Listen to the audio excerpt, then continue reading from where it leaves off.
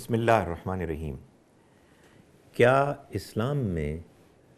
گستاخی رسول کی سزا موت ہے؟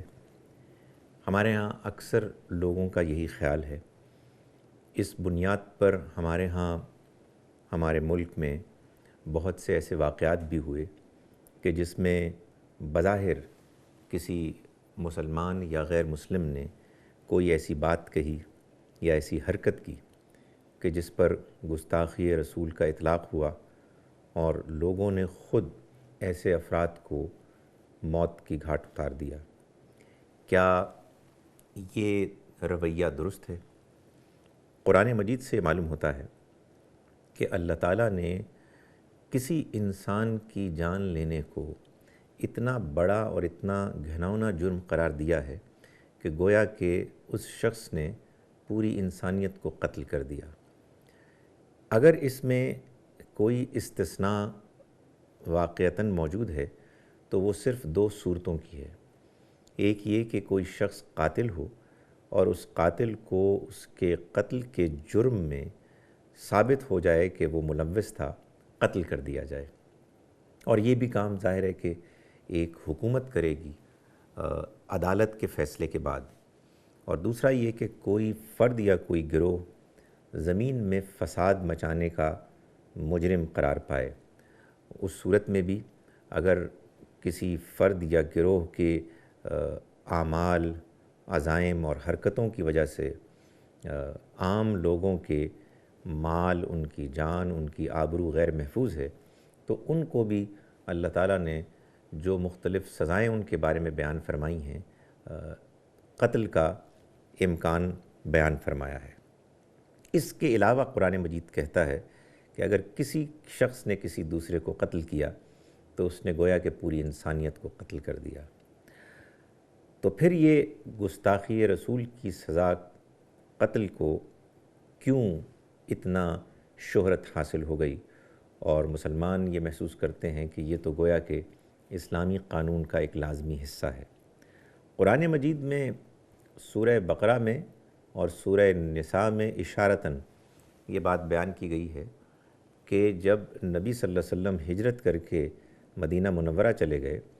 تو بعض منافقین کہ جو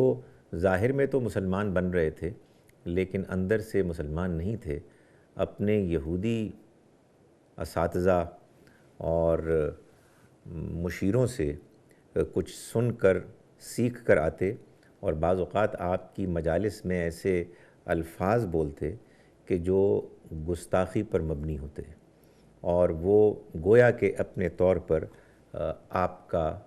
مذاق اڑانے کی کوشش کرتے۔ قرآن مجید نے ان کی ان باتوں کو بیان کیا اور مسلمانوں کو یہ تلقین کی کہ تم رائنا نہ کہو بلکہ اس کی جگہ انظر نہ کہا کرو، اس لیے کہ رائنا کے لفظ کی آڑ لے کر وہ نبی صلی اللہ علیہ وسلم کو مذاق کا نشانہ بناتے۔ اللہ تعالیٰ نے ان کو بجائے اس کے کہ کوئی سزا ان کے بارے میں بیان فرماتے،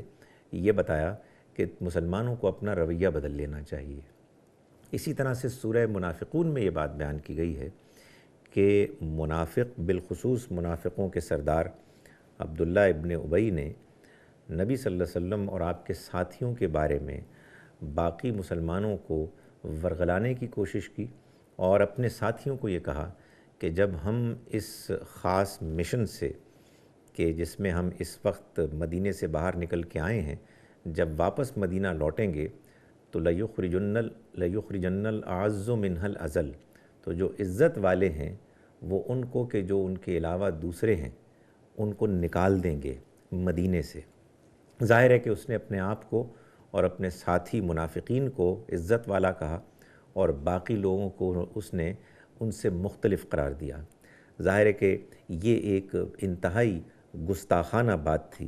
لیکن یہ بات معلوم ہے کہ عبداللہ ابن ابی کو کوئی سزا نہیں ملی، بلکہ اس کو فطری طریقے پر موت آئی اور اس کو مسلمانوں کے طریقے پر دفن کیا گیا۔ ظاہر ہے کہ یہ سوال پیدا ہوتا ہے کہ پھر ان واقعات کی کیا توجیہ ہے